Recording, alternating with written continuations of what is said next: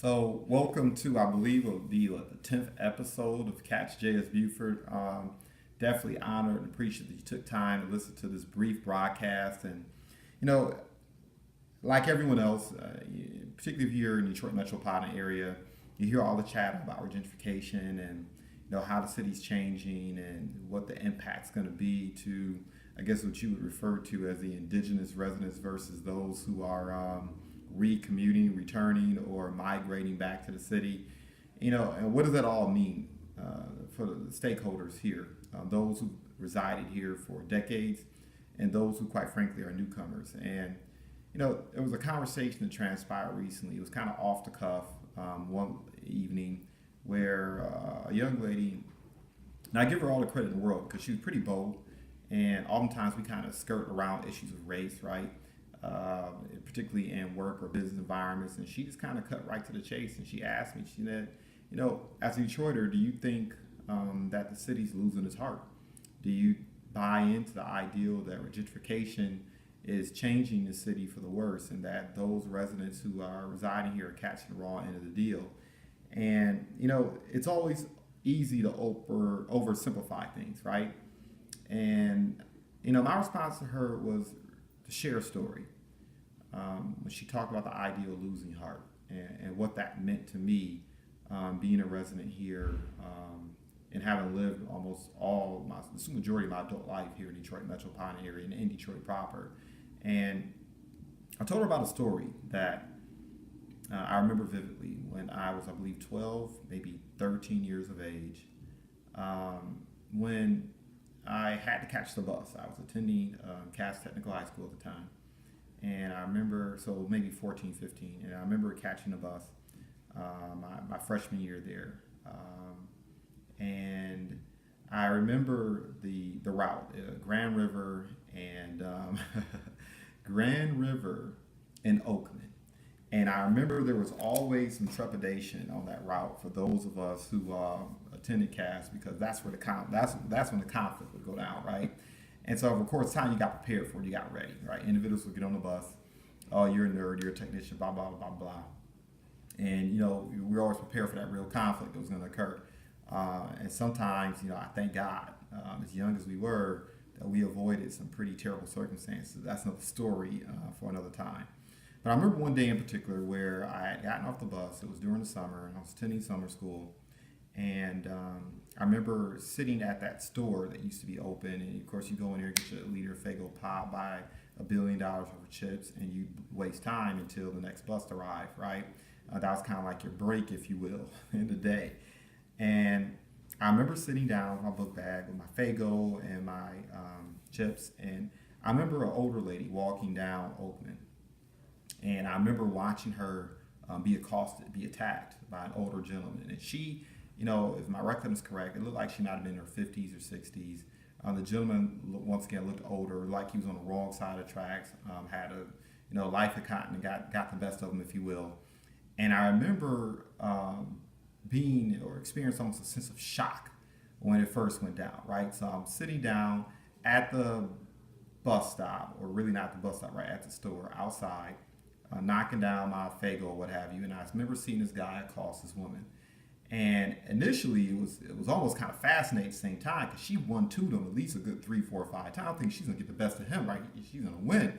So if my record is correct, I'm feeling like she's like 5'6", 5'7". He had at least, I know he was certainly taller than me, so that means he was at least 6 foot. And she's 1-2 him, right, as he's trying to take her purse. And I remember putting my Faygo down and putting down my chips, and I'm thinking, man, I need to get involved. And they're swinging, they're throwing, and it's like, okay, when do I get my end? And then bad went to worse, where the guy had enough of her 1-2ing him in the face, and he began to literally gnaw on her knuckles.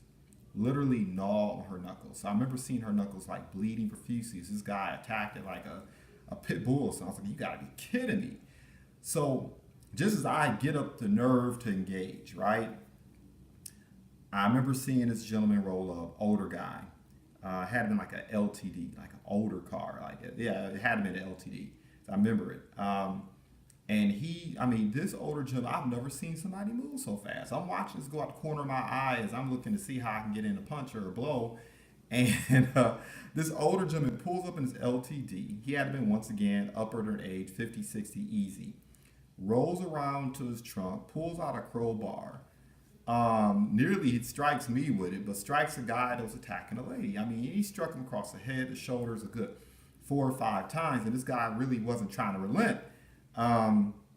He wasn't trying to give up on what he came to do. But nevertheless, between the lady still went to him, bloody knuckles and all, and the guy with the crowbar, he manages to back off. So of course, you have the guy with the crowbar, you got the lady, and that was amazing to me, right? She's still advancing. I'm like, okay, I'm about to give you the business, right? And then out of nowhere, a gentleman was walking with a suit. I mean, dressed really nice, head to toe, had the tie, the jacket, the slacks. He was doing the thing. Had the gaiters. I remember the gaiters. And I remember the gentleman, the guy that had been attacking the woman. Unfortunately, he didn't see that this gentleman was standing behind him. The gentleman put his suitcase down once he realized what had transpired. And as soon as the guy turned around, he ate a left right like you wouldn't believe it. I mean, bone crunching, right hand, right to the jaw. He falls to the ground. And of course, the older lady, the guy with the crowbar, and now this guy who was suited up, right, had every reason to keep moving, going along his way. He gets in some pretty good shots. I mean, I'm talking about left, right, crosses a lot of guys on the ground, kicks him a couple times in the gut, whatever the case may be. Of course, at this time, everyone who was in that area had either seen or heard about what transpired. And I just remember the community like descended upon this guy and just lit him havoc. I mean, straight punches, kicks to the gut. It was one woman just did the whole spit, like the whole big nasty, big bubble, yum, nasty spit right on my man, and it was so big it got like everybody who was nearby. But I remember all this having transpired. I remember the guy in the suit literally putting him in a headlock, not choking him out, but just kind of holding him still until the police arrived. And of course, the police department responded maybe an hour or two later. So we were literally there that long. And I just remember the admonishments, and I remember folks coming to the aid and going into the store and buying the lady gauze, and she just refused to leave. She was like, "No, I'm not leaving. I'm not leaving until the police arrive here." The police, of course, arrive and they do their thing, ask the questions, take the guy, cuff him, take him away, and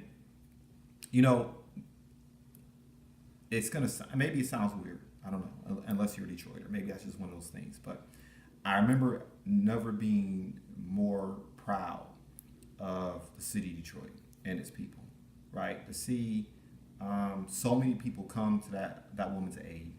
And I remember being, of course I was young, I was impressionable. Everyone seemed bigger, everyone seemed faster, probably what they were. But I remember both the anxiety, but thinking to myself, okay, I got to do something. And then realizing that I wasn't alone in my belief that something needed to be done. And that's the story I shared with her. Because the young lady said, well, look, we're downtown now, we're at this affair, but if I were to walk out the door and slip on the curb or something were to happen with someone costly, would people come to my aid? And, that's when I shared that story. And I said, that's Detroit I know. And that's Detroit that I believe still exists, right? I think, unfortunately, less and less, right? And I'll admit that. As we've had migrants come in, the culture has changed. The sense of community and cohesiveness has changed. But it's real easy to blame it on the immediate regentrification that's taking place right now, too. And I think that's an oversimplification. Detroit's been changing for a long time now. And, the bottom line is when you think about Detroit, and as I was reflecting on the conversation, I took notes on it.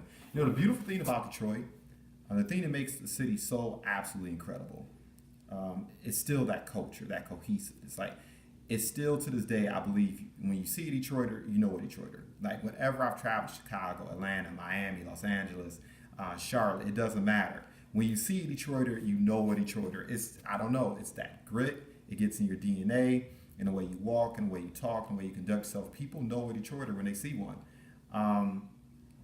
And that's what makes the city so beautiful, right? The culture, right? There are just certain just a certain diction, a certain way of going about having a conversation, interact with folks, the eye contact that lets you know right away, right? When you look at the art and you look at the people and how we get down, whether it be the attire, whether it be, man, I mean, it's just certain things I guess you just kind of take for granted, right? I just assume, right? But you just know it, right? And that's what has made the city so absolutely incredible, such just a beautiful experience, right? People. But on the flip side of that, Detroit operated in a bubble. Detroit operated almost in a world in and of itself. And many of us, while some of these constraints were imposed by others who didn't have the city's best interests, some of it was self-imposed. And, that didn't necessarily serve us because it got to the point where who went too far. Where you had the brightest, when you had the most brilliant of Detroit's sons and daughters leaving because they weren't really able to make their way to the top. They felt like it was a space, right? How could they do their thing? How could they exhibit their skills and talent and creativity in a space where it was so secluded, it was so concentrated, it was so almost tribal in some respects that if you weren't part of a tribe, if you weren't part of the club, if you weren't part of a clique, if you weren't part of the culture, right? Even if you went away, like if you went away to a university or collegiate environment and came back, 3-4 years made a difference. And in some respects, I gotta believe that a lot of individuals who left, sometimes they felt like they were outsiders, almost pariahs in their own city. And that was problematic, right? That happened. The brain drain was real. And so, not necessarily the most positive aspects of the culture became even that more concentrated, right? And we've seen some of the results of that. So that was a gut punch to Detroit. That changed Detroit too, quite a bit, right? When people started acting in a spirit of scarcity. And you had a situation where some of your, once again, your brightest and your most active, your most vibrant minds, and those who are really out here willing to go out here and get it in, right? Felt like they had to leave and go elsewhere. The past decade, while what transpired, many may refer to as a recession, that was a depression here in the city. The one thing that kept Detroit afloat, where people really felt like they had ownership and had a stake in it, and the one thing that still gave Detroit's residents a modicum of influence, right? Because at the end of the day, all politics is, at the end of the day, it's just a reflection of economic imperatives. Look, when that depression happened and people were laid off and they lost their homes, that was one thing that made Detroit different, to have that many people of African descent live in the United States of America, and Detroit, Michigan in particular, actually be homeowners, actually have a stake in what transpired in the city, have some say-so, right? The political environment was always kind of like a little bit of a facade, right? For a long time now, many of the things that have transpired in the city weren't necessarily dictated by its residents, but it's still, there was a little bit of economic empowerment, so there was still a little bit of political empowerment, and that meant that at the end of the day, sometimes Detroit's residents got to have their say. But when this depression occurred, it decimated home ownership in Detroit, decimated. If people were already on living check to check, they went from hand to mouth. The layoffs that occurred as a result of the depression, when all these companies laid individuals off and then brought them back, were 20 and 30-hour jobs. People are now working at 8 and 10-hour jobs. And look, some people say that's the price of progress, and there's a lot of arguments to go back and forth about it. That's a discussion for another time. But these things transpired. The incarceration rates. Look, the war on drugs is a war on people of African descent. That's the bottom line, particularly in Detroit metropolitan area. And you got to ask yourself, look, what happens to a household? What happens to a community? What happens to a neighborhood when you remove 3 to 4 of able-bodied working men out of a community? What happens to a household? What happens to a community? It's beyond the pale, right?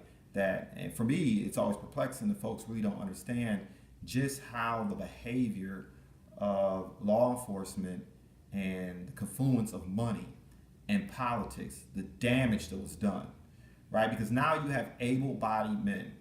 And look, of course, you have the haters, you have the naysayers, you're gonna have the trolls out here. I get it, right? You gotta do your thing. But I'm talking about people who wanted to work. I'm talking about people who were looking for employment, gainful or not, people who wanted to actually make a contribution to their household and build a life for themselves. What happens when you have 3 to 4 out of 10 of those individuals removed from a neighborhood? And then you slap them with misdemeanors, then you slap them with felonies. So their ability to reacclimate back in society and make a living and make a difference gets compromised significantly. What happens, right? Well, we know what happens. It's complete decimation, right? It's like weapons of mass destruction. That's exactly what happened. Like nuclear time bombs, socioeconomic bombs got dropped in Detroit over the last 10 years or so. And it's been going on, of course, for the last 20, 30 years. But I mean, these confluence of events did some major damage. Right? And of course, when you have the youth leaving, and many of them are coming back, by the way, but when you had a lot of them leaving, these are the same individuals who operate in environments where the rest of society was moving forward. Technological advancements were taking place, different ways and more efficient ways of doing things, right?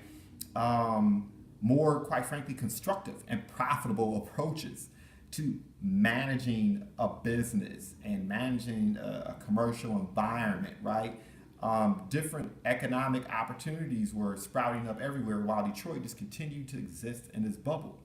So it was both beautiful and wonderful, but it was also very painful as well to operate in that bubble. And so you had all these advancements taking place. And, for those who would argue, think about the recent history. Up until recently, most of the edifices, most of the buildings, most of the landmarks that we pay attention to in Detroit metropolitan area, particularly up and down Woodward, consider for a moment, these buildings were erected 2, 3, 5, 6, some of them even 6, 7, 8 decades ago, right? To give you an idea of how little Detroit had actually changed or grew, right? It's only now recently, take the Renaissance Center, but that was, decades ago. But up until then, think about some of the other landmarks that have been erected in Detroit Metro, right? Where, there was actual investment taking place in the city. Detroit went through a drought. And when you have the confluence of all these different events taking place, all these things at the end of the day were just gut punches to the city. And when I say the city, it was gut punches to the residents. Now, it's not to say that Detroiters haven't brought a lot of pain and hardship upon ourselves, right? With some of the electoral decisions that have been made and some of the decisions not to go out and vote, period, right? Because if you have no economic clout, at least you have to exercise what little political influence you can exact, to have some agency over what transpires in your neighborhood, on your block, in your community, right? We've dropped the ball there. Some of the backward, I would say even beyond nepotistic, almost nihilistic attitudes that were allowed to pervade in a city because of operating the bubble in that way, did a lot. Being myopic in one's thinking about what it means to be a successful business owner, a successful family. These things took a hell of a toll as well on the well-being of Detroiters, right? And of course, the laundry list go on and on, but these are the things that come to mind when I think about the conversation I was having with that young lady. And, it was interesting, the back and forth, the banter we were having, because she could have just played it safe once again, but she didn't ask me, well, what do I think about Detroit? Like, she literally said Detroiters, and we know that was code speak for, like, she was talking about us, those of African descent living in this city. And the conversation forced me to kind of reflect on these things. And look,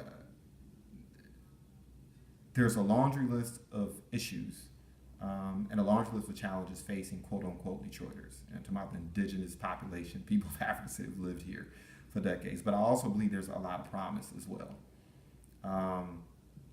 And I just really encourage individuals to stop being so myopic, to be open to learn, to stop being so distrustful, to stop being so nepotistic.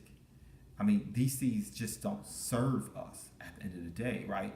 If you look at any major corporation, if a corporation becomes too nepotistic, if it becomes too closed to incoming talent, growth, and contribution, inevitably that corporation is going to basically become a facade. It's going to become an empty building, and the chicken's going to come home to roost. Well, look, that's kind of what happened within the African American community here in Detroit metropolitan area. The chickens came home to roost. So a lot of that has to do with the fact, has a lot to do with why a lot of the financial gain and economic growth hasn't necessarily been capitalized on by many of us. But that's a discussion for another time. And I guess I would end with this too as well. Here's the thing. I've grown really tired of hearing these ideological arguments about what's the best approach to take to ameliorate the circumstances that are impacting residents and Detroiters, right? I've grown really tired of it, right? You have the people who argue, well, we need to spend most of our time and effort on politics and get the right people elected and, voter turnout and this, that, and the other. And then on the flip side, someone in the same conversation or in the same block or same area will turn around and say, well, no, we got to focus just on economics and getting jobs and making sure people are equipped for the jobs of the future. Look, I'm an entrepreneur born and bred. Of course, I have my own opinion of that, but nevertheless, of course, let's go there, right? You have individuals like myself where, quite frankly, entrepreneurship, I believe that's the answer. I think entrepreneurship is empowerment. And not everyone can be a business owner. Not everyone's cut to be an entrepreneur. We're not getting our fair share. And we're being myopic by not introducing our children, the next generation, to it. Because look, last hired and first fired is real. It's just as real today as it was 20, 30, 40, 50, 60 years ago. So, of course, we need to have more of that, right? And even if you're not an entrepreneur, even if you're not deriving your welfare 100% from being a business owner, that doesn't mean you can't have entrepreneurial activity.